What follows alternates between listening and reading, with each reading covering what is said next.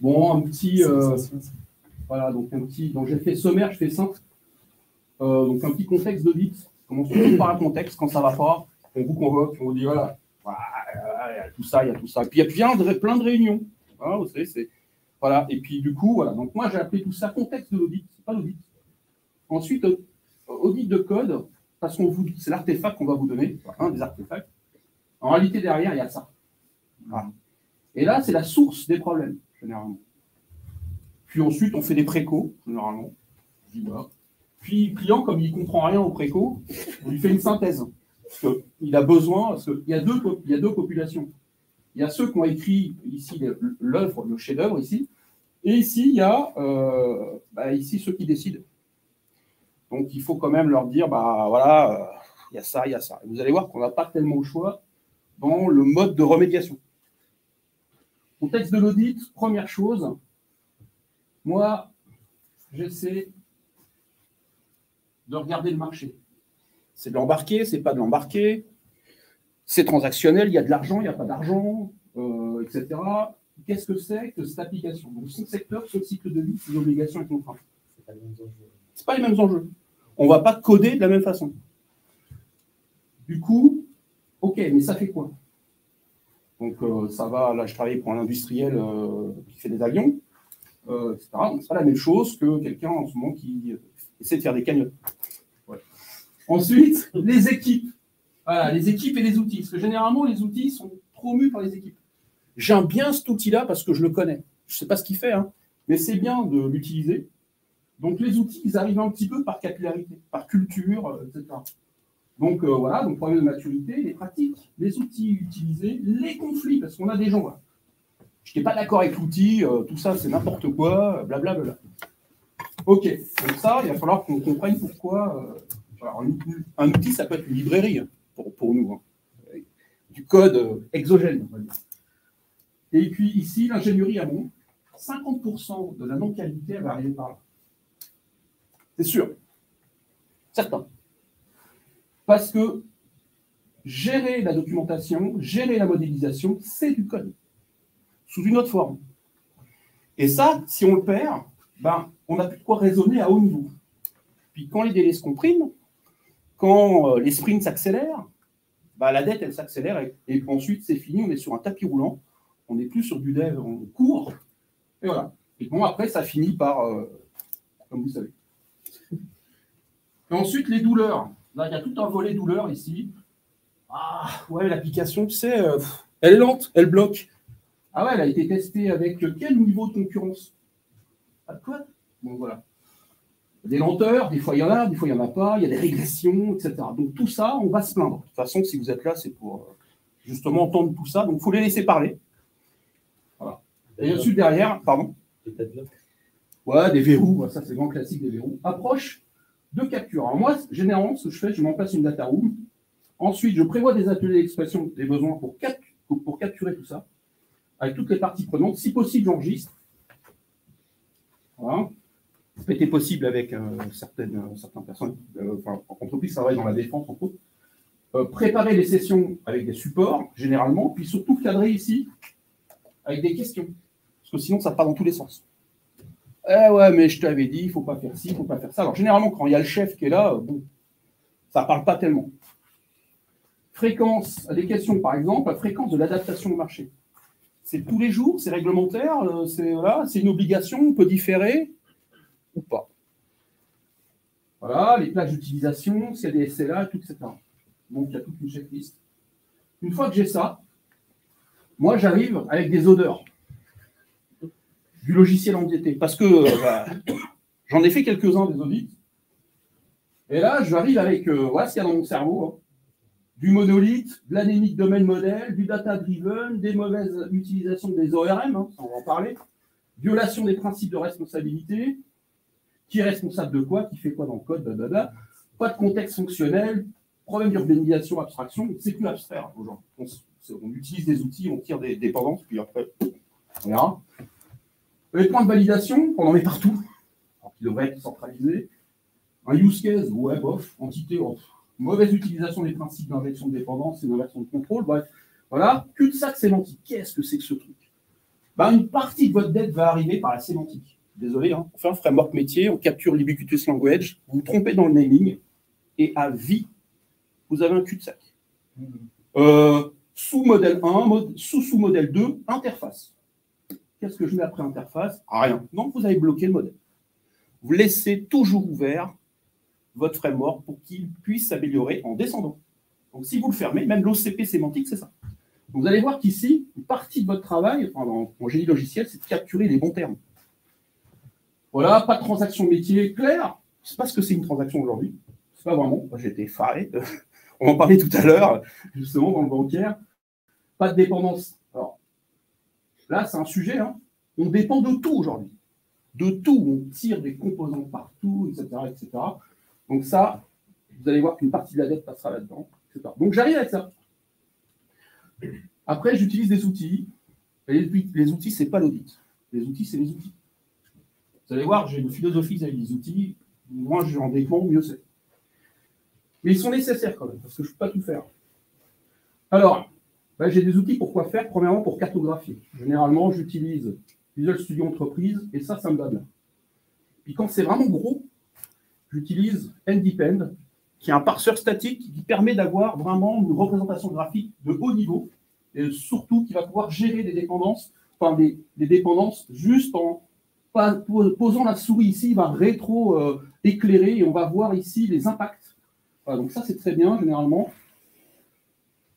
Deuxième chose, ici, il faut savoir que vous allez utiliser ces diagrammes pour expliquer ce qui ne va pas. Donc, si vous ne faites pas ça, si vous balancez du code, les gens, les décideurs, le chauve là, le relou. Il faut amener ça, voilà, exactement, et vous allez pouvoir mettre votre diagnostic dessus. Ça, c'est un scanner. C'est la radio quand on allait chez le médecin. D'accord ? Après, il faut faire un assessment pour utiliser un parseur statique. Voilà le scanner. On va scanner. Bah, j'ai vu une tâche ici. Alors, il y en a plein sur le marché. Moi, j'aime bien, moi, j'utilise un peu Sonar, CAS, peu importe. C'est pas grave. Ça vous balance des métriques. Les métriques sont normalisées. Il y a des gens qui les mettent en place, etc. Ça vous fait un gros tableur Excel. C'est juste ça. Voilà, ça sert juste à objectiver. Ouais, c'est vrai, il y a un couplage qui est là, etc. Mais vous ne pouvez rien déduire. C'est juste des valeurs. Si vous êtes médecin, vous pouvez lire une radio. Si vous êtes juste infirmier, bah, la radio, vous n'êtes pas médecin. Donc, bah, voilà, c'est peut-être grave, c'est peut-être pas grave. C'est un contexte, en fait. Et il faut analyser le contexte. Des publications de référence, parce que c'est avec ça qu'on va s'appuyer. Pour dire, bah là, vous n'êtes pas dans ce qu'il faudrait faire. Après, il y a des marges de manœuvre. J'en parle dans le prochain slide. Et puis surtout d'expérience. Il y a des trucs graves, il y a des trucs pas graves. Bah, pas graves, il va falloir trier. Vous allez voir en fin d'audit que... Bon, alors, qu'est-ce qu'on dit aux clients? On se pose la question. Par quel chemin je vais attaquer de la remédiation? Et donc, il n'y a que le terrain là qui peut vous aider. Bon, et puis enfin, des références de publication. J'arrête en 2012 parce qu'il n'y a rien de nouveau sous le soleil. Voilà. Donc, moi, j'utilise souvent POSA. Tout fait partie de là. Tout le reste, c'est un peu de la redite avec des terminologies différentes, etc. Ils ne se contredisent pas. Hein. Peut-être un peu lui. Et il y a des choses à dire là-dessus aussi. Bon, bref. Mais ça, peu importe. Voilà. Audit de code, on y va. Alors, première chose, moi, ce que je fais, c'est que je fais un peu de volumétrie. Je dis, voilà, bah, voilà 25 000 lignes de code, c'est pas gros. Voilà, vous avez quelques types. Donc ça, le client est content de retrouver son appli. Je dis, ouais, c'est bien à moi. Oh, ma dette 2, c'est super. Bah voilà, au revoir, c'est fini. Bah non, ça ne veut rien dire. Parce qu'un système calimétrique, ça se calibre. Ça se paramètre. Ça s'étalonne. Et donc là, il y a de fortes chances que cette mesure-là, c'est par défaut. Donc c'est du pipeau. Bullshit. Et rappelez-vous une chose, c'est que les parseurs, ils parsent du code, pas des librairies compilées. Donc quand ils parsent, ils voient les DLL.NET, elles sont compilées, elles ne sont pas parsées. S'il y a de la dette dedans, on ne les voit pas. Donc si vous livrez un composant compilé, il ne parsera pas. C'est une technique qu'on utilise pour augmenter la dette visible. Et puis, il y a une super métrique ici, c'est ça. La complexité cyclomatique. On va en parler juste après. Vous allez voir, on va s'appuyer dessus vite fait pour comprendre comment le système, les enjeux du système. Proposer une vue simplifiée de l'application. Voilà, docteur. Alors, est-ce que c'est grave? Voilà, c'est un vrai projet. Tout ce que vous allez voir là, c'est des vrais code, des vrais morceaux d'audit. Hein. Voilà. Donc ici, bah, voilà, vous avez en gros 3 couches. Donc qu'est-ce qui se passe ici? Bah, voilà, le système, là, c'est NDPen qui a graphé pour moi. Hein. Et là, je commence à dire, voilà, il y a 4 principaux composants. Il y a du front, c'est en vert. Il y a un truc où il y a des... Ah, ça s'appelle service, donc bon, voilà. Puis ici, il y a un truc qui sert à aller dans un truc rond ici. Voilà. Couche de persistance, je ne sais pas ce que c'est, mais bon. Voilà, en tout cas, il y a ce truc-là qui m'empêche de savoir ce que c'est, ça me va bien. Voilà, on peut dire que ça, c'est une couche métier. Ouais, on peut le dire. OK. Bon, alors, il y a un truc, je ne sais pas ce que c'est. Ça, c'est une chose. Ça, c'est vraiment... C'est là-dessus qu'on commence à poser la tête.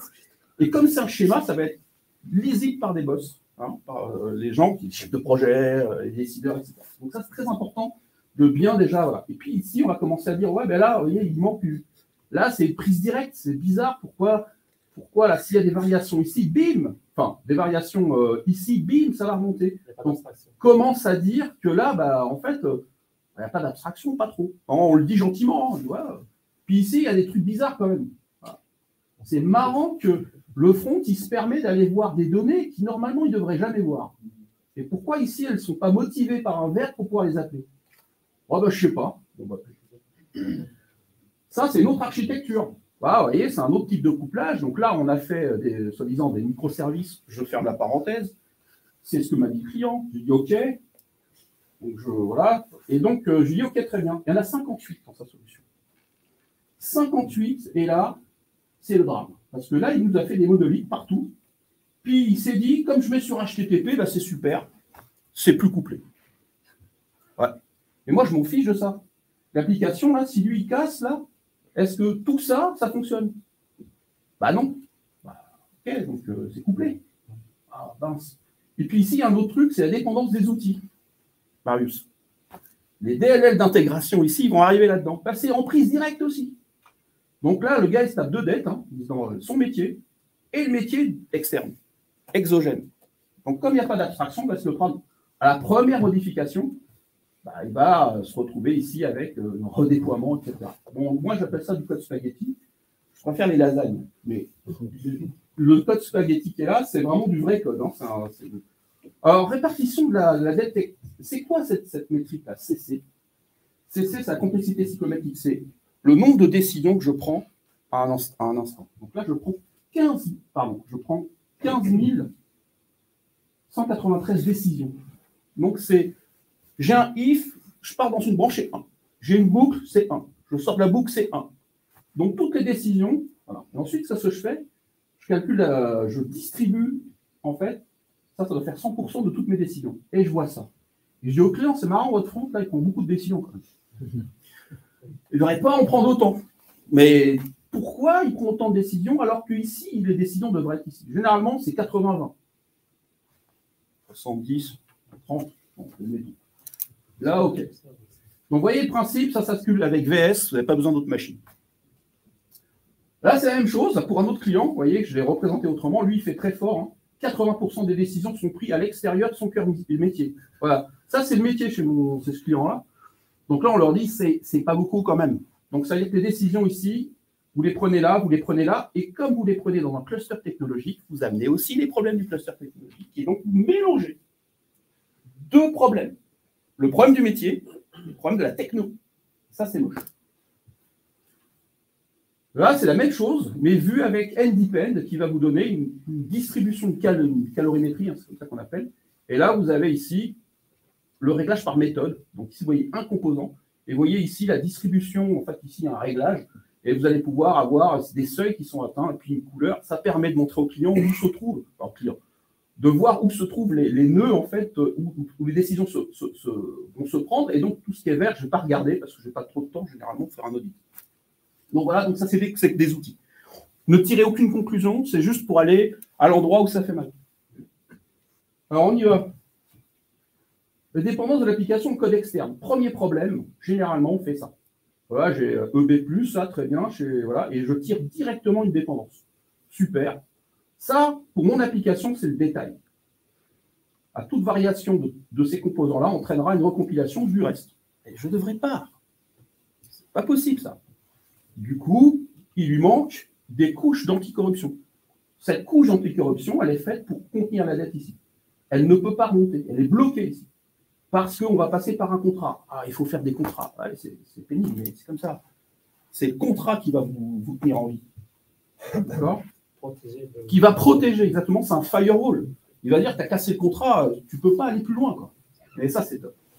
Là, une autre, Fluent Validation, qui utilise souvent ce truc-là, bah, on les met dans les using métiers directs. Voilà. Bah, quand ça se versionne, bah, forcément, ce code-là, c'est pas sûr. Alors, je ne suis pas sûr, moi j'ai vu des outils qui ne font pas de l'OCP. C'est-à-dire qu'il y en a qui font bien, hein, mais il y a des fois, la prochaine version, elle casse les contrats. Open Close Principle, OCP, c'est le fait de pouvoir modifier du code qu'en ajoutant du code. Bon, bref. Dépendance d'application au détail. Qu'est-ce qu'un détail? Un détail, c'est la couche d'en dessous. Je suis ici, le détail, c'est ce qu'il y a là. Je suis ici, le détail, c'est ce qu'il y a en dessous. On ne devrait jamais passer directement, toujours ces fameuses couches anti-corruption. Pourquoi on ne fait pas ça? Pas le temps. Et surtout parce qu'on ne sait pas le faire. Souvent, déjà, il y a un problème de maîtrise de l'ingénierie, en fait, et donc on va sur les sprints, on se jette, on coupe directement. Ça devrait être un POC. C'est bien, mais ça ne devrait pas partir en prod, ça. Voilà, sauf sur une application jetable, qui va du jetable, qui dure 1 an ou 2 ans, etc. Mais ça va rester 30 ans. C'est le cas pour ce client-là. D'ailleurs, c'est pour ça qu'on l'a audité, on dit, là, c'est dedans. Et là, je n'ai pas tout mis. Hein.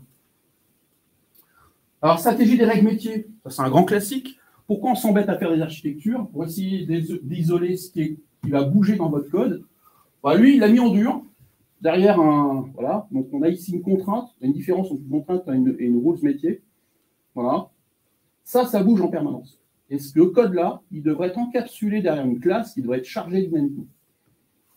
Voilà. Injectable. On a un couplage fort parce que là, on coupe dans le service. Le service ne prend pas de décision métier, il prend des décisions applicatives. Rien à voir. Ça ne devrait pas être là-dedans. Et là, voilà. Troisièmement, en fait, s'il y a une règle métier, c'est qu'il y a une exception métier. Si la règle, elle sort, ici, on voit un booléen.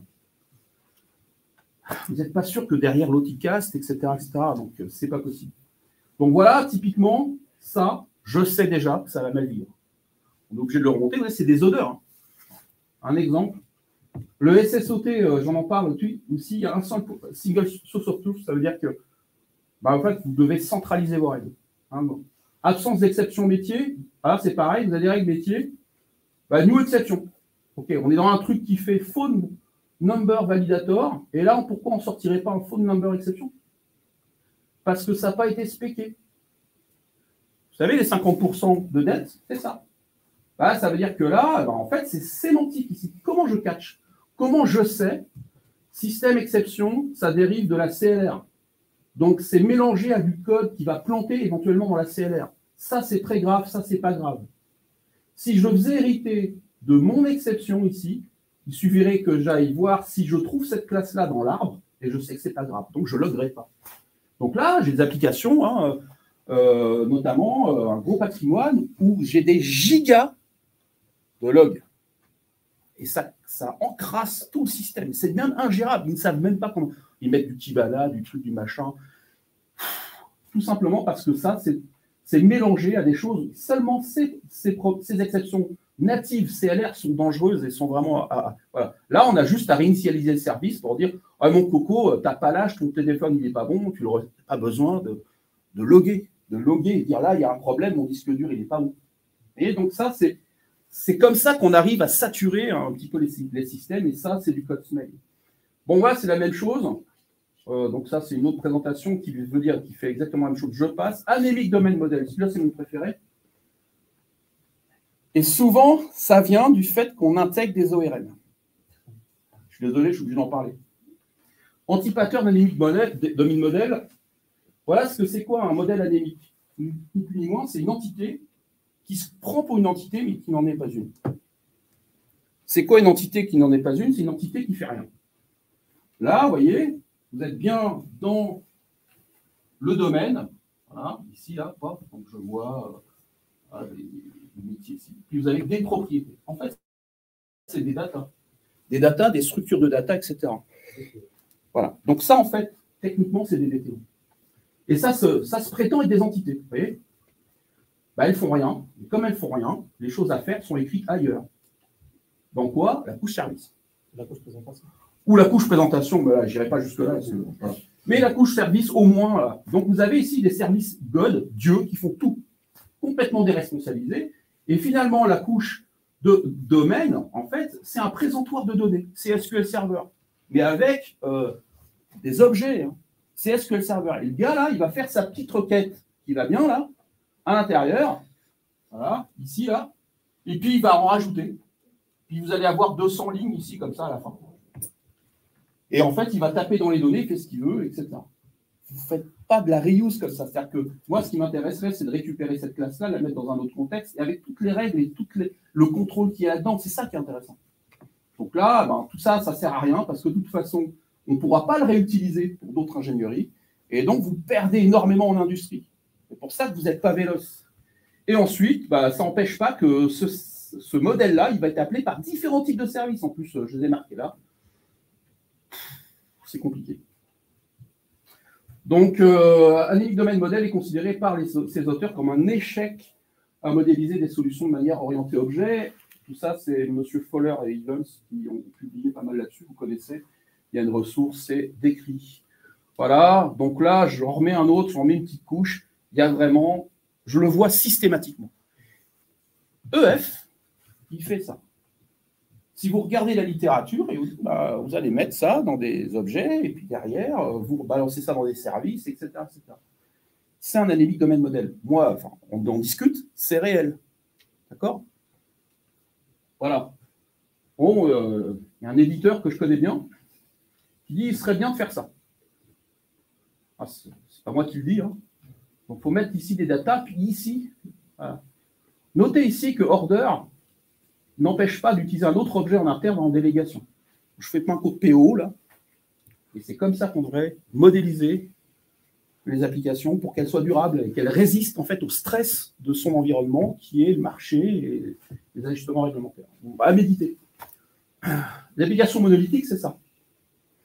Généralement, quand je montre ça à mon client, il fait « Ouf, vous êtes sûr, monsieur maître ?» Oui.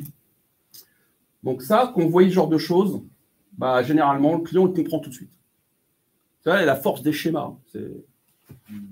Ça aussi, c'est voilà, une autre appli. Et là, pour lui, il me dit, c'est ça mon métier. Ouais. Ça va être compliqué à bouger quand même. Les références cycliques, c'est un grand classique. Alors voilà, les références cycliques, ça, je le trouve à chaque fois. Alors, .NET, ce qui est bien dans Visual Studio, pardon, dans la version entreprise, il vous check tout de suite. Et on devrait, quand on code, le mettre, et l'architecte devrait dire, ah non, là, c'est en rouge, c'est pas possible de coder comme ça. Et donc, au lieu de laisser le spaghetti s'installer, tout de suite le bloquer. Tout de suite. Et envoyer une demande de refacto tout de suite, voilà, en disant que tu ne compiles pas ça et tu fais autre chose. Donc là, vous voyez, techniquement, tout ce qui est en pointillé ici, finalement, c'est un composant. Une fois compilé, ces composants-là n'existent plus. C'est un seul composant logique, parce qu'on s'en fout de la physique. Ce qui compte, c'est quand c'est instancié en mémoire. C'est ça qui reste dans la compilation. Après la compilation. Mais là, c'est pareil. Là, vous avez, voilà, tout ça, c'est le même code. Si vous bougez quelque chose là-dedans, il faudra tout recompiler de toute façon. Voilà, lui, il n'est pas lié, lui, il n'est pas lié. Et ça va vite. Donc là, IndyPen fait pareil. Ça, c'est mon lot quotidien. Voilà, à la base, les connaissances qu'il faut pour faire un système urbanisé correctement, c'est des principes de cohésion et de couplage. Je passe dessus. Obésité des classes, bon, ben là, c'est le même hein, qu'au début. Hein, voilà. Donc là, j'ai 140 méthodes. Ben, ça, c'est la conséquence des Analytic Domain Model. Comme j'ai toute la base de données en mémoire, ici, j'ai un présentoir, donc je tape dedans. Voilà. Qu'est-ce que vous voulez faire? Je l'explique à mes clients, j'ai dit là, c'est mort. Hein, c'est là, pour faire ça, c'est 6 mois pour casser ça. On ne va pas le faire, c'est trop compliqué. Ah, oui, c'est une dette. Donc là, c'est l'enfer. L'enfer. Je ne sais pas ce que fait cette classe. API User, ah ben, elle fait du natural, du legal, du wallet, du bank. C'est ce qu'il y a là-dedans. Voilà. Voilà la dette. Mauvaise implémentation de l'injection de dépendance. Un grand classique. L'injection de dépendance, ouais, je connais. OK. Donc là, je ne sais pas c'est quoi l'injecteur. Grand classique. Ben là, en fait, on injecte une classe concrète avec ce contrat-là qui se situe dans le même composant. Du coup, ça sert à quoi? Du coup, ça sert à quoi? À rien. Ben, en fait, c'est bête parce qu'ils ne savent pas en réalité. Par contre, là, ils l'ont bien fait. C'est le même projet. Donc, je dis, c'est dommage, parce que là, voilà, c'est pas compris en réalité. On devrait au passage injecter aussi ça. Hein. Voilà. Donc ça, je le vois systématiquement. Souvent, on va dire. Et souvent, l'injecteur de dépendance, il habite dans une des couches, alors qu'il devrait être dans l'outillage. Voilà. Modéliser, voilà, modèle de définition des objets. Bon, ça, c'est un grand classique, c'est un quick win. Pourquoi je mets ça? Parce que le client, devant l'avalanche de problèmes, il veut gagner un peu. Ouais, monsieur Maître, il me faut des trucs, parce que, vous voyez, un audit, ça coûte cher, oui, je sais. Et donc, j'aimerais bien quand même gagner. Là. Donc, qu'est-ce que je fais? Je dis, bah, ça, souvent, il y a des classes qui sont mal finalisées. J'en fais la liste. Voilà, donc je lui explique. Bon, bah, c'est un rappeur de manager. Ici, le gars, bah, ce qu'il fait, il tire une DLL Office, très bien, etc. Bon, je lui dis, il y a tout ça à faire. Si vous faites ça déjà, ça va être mieux. Vous allez gérer mieux la mémoire, etc. OK, on fait ça. Et on fait rien d'autre. Ouais, c'est bon pour l'instant. Donc, du coup, il a une remédiation, il est dans un cycle. Voilà, je dis parce que derrière, c'est important pour lui aussi, parce qu'il va certainement communiquer avec le but. Ah. Bon, alors, que font les gens? EF, c'est super. Parce que next, bim, bim, bim, et tout, etc. Bah, ils font next. Voilà. Parce qu'il y a la pression du projet, etc. Donc, ils attaquent directement des objets métiers, considérés comme métiers, qui ne font pas grand-chose. Donc, du coup, ce qu'il y a à faire est là-dedans. Et ce truc-là fait 140 lignes. Enfin, 140 méthodes, 300 méthodes, etc. Puis après, on m'appelle, on me dit, quand je mets ça en charge, ça verrouille, ça lock. Ah ouais, c'est marrant. C'est marrant, ok. Ben, en fait, en réalité, il charge toute la base quasiment, en permanence. Puisqu'il n'y a pas de contexte. Les contextes délimités servent à dire j'ai pas besoin de cette data, j'ai pas besoin de cette data, j'ai pas besoin de cette data, ça sert à rien de tout charger. Le banding contexte, le fameux. Donc je lui dis, ben, car DEF, c'est très bien. Mais là, ça, c'est du fonctionnel. C'est trop tard, l'application, elle est déjà en... Il va falloir dire au fonctionnel, attends, il faut faire plus petit. Généralement, voilà. Donc, c'est ça le sujet. Donc là, si on mettait des contextes un peu plus petits, on aurait ici des contextes de chargement un peu plus maîtrisables. Et donc, du coup, on a des contextes plus petits. Et en base de données, ici, vous allez libérer les verrous. Pas mal de verrous. C'est un vrai sujet. J'ai ça systématiquement à chaque audit. Voilà. Alors, le clone, ça, c'est hyper important aussi. Il y a du bon code, comme le cholestérol, et il y a du mauvais code. Voilà, le bon code cloné, c'est le code qui est cloné parce qu'il dérive d'une classe abstraite. Ça, c'est top. C'est ce code-là qu'il faut garder. Le code qui dérive de rien, qui est cloné, celui-là, il faut le tuer. Mauvais cholestérol. Donc, il faut regarder chacune des classes. Dans VS, il y a tout ce qu'il faut. Voilà, et donc, voilà. Généralement, ça aussi, c'est un quick win que je mets dans mes... voilà. Les cul-de-sac sémantiques, on en parlait tout à l'heure. Derrière exception, vous ne pouvez rien mettre comme métier. C'est mort. Donc, cette branche-là, elle ne sert à rien. Voilà, interface, vous mettez contrat ici, vous êtes foutu. Ça, c'est un graphe métier. C'est graphe acyclique orienté. Donc ici, attention à ne pas bouchonner sémantiquement. Quand vous faites un système, vous travaillez avec un langage, et ce langage-là est source de dette. Donc il faut extrêmement être vigilant. Voilà, voilà. Ça c'est hyper important. Les gens ne comprennent pas bien, mais ce n'est pas que du code. Donc gardez votre système sémantiquement ouvert. Et alors voilà, donc je termine sur les odeurs. Maintenant, quelques précaux vite fait. 3 principes clés à respecter quand vous faites une architecture, essayez de responsabiliser les couches.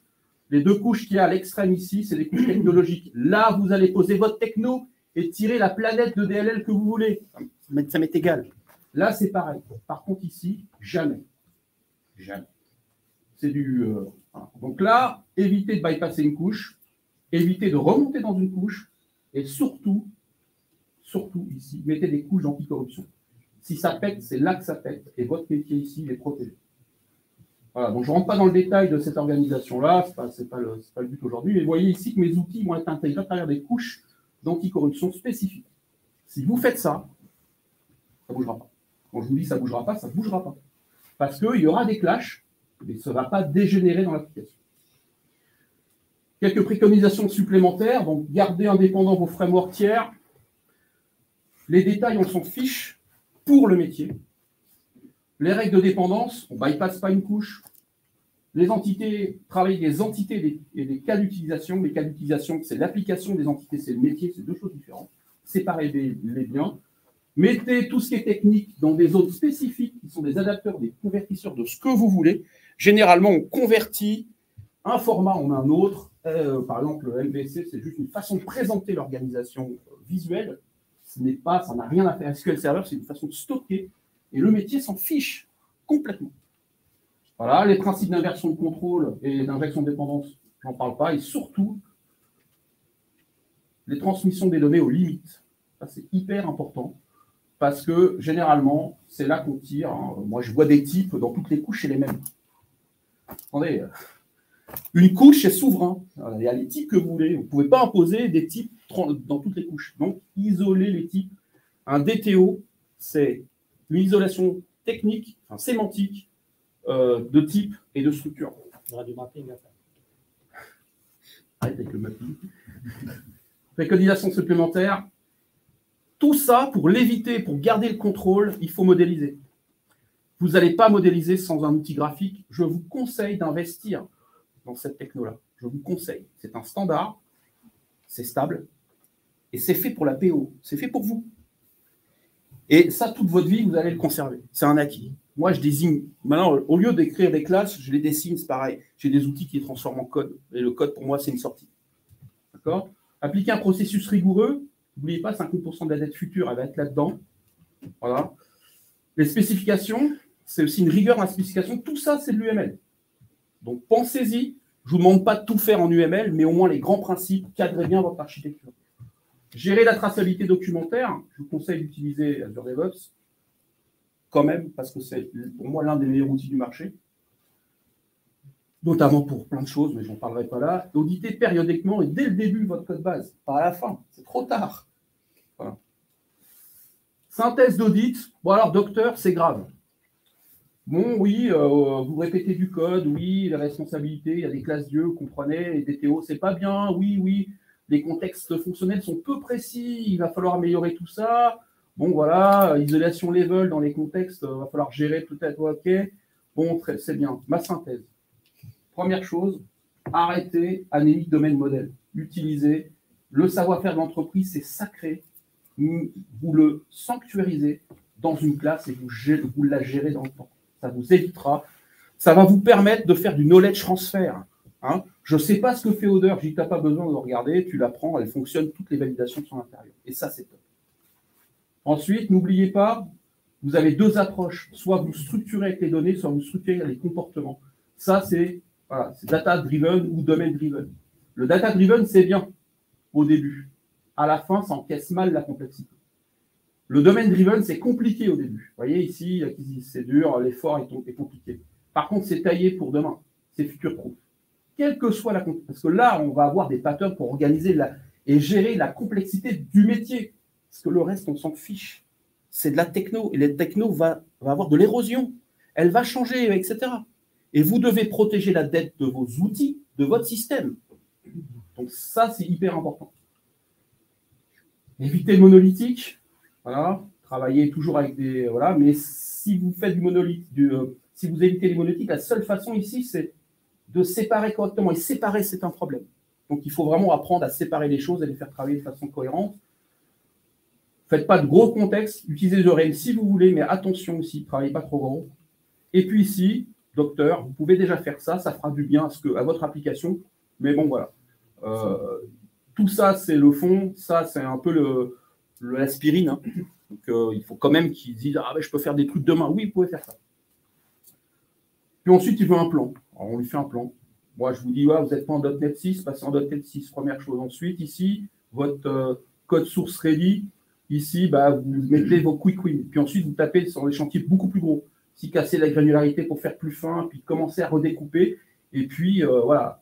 Du coup, vous allez constater des évolutions positives. Et donc, du coup, bah, l'équipe va être fédérée pour pouvoir attaquer les gros chantiers. Puis peut-être, si c'est trop gros, vous arrêtez là. Peut-être que si l'application répond déjà, bah, vous avez un peu de répit.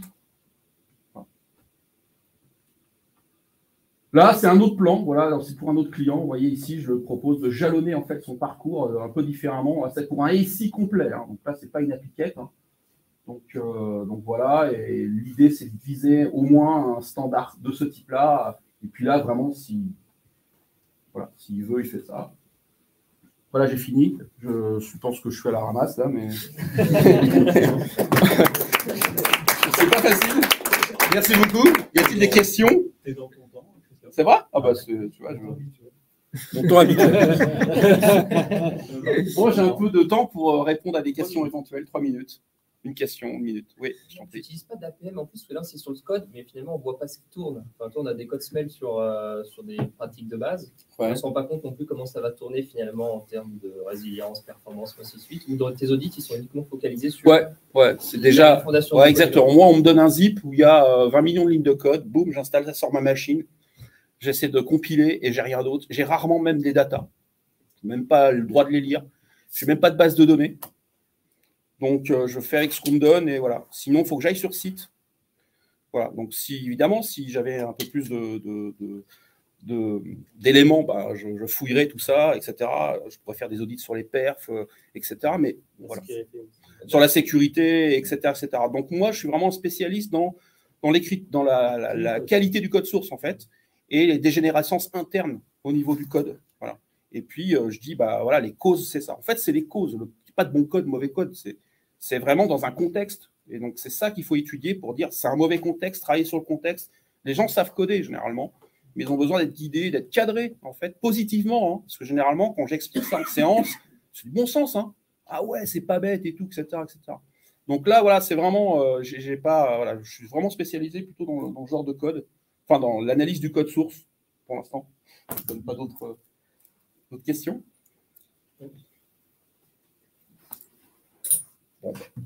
Merci. C'est avec plaisir. Très bien.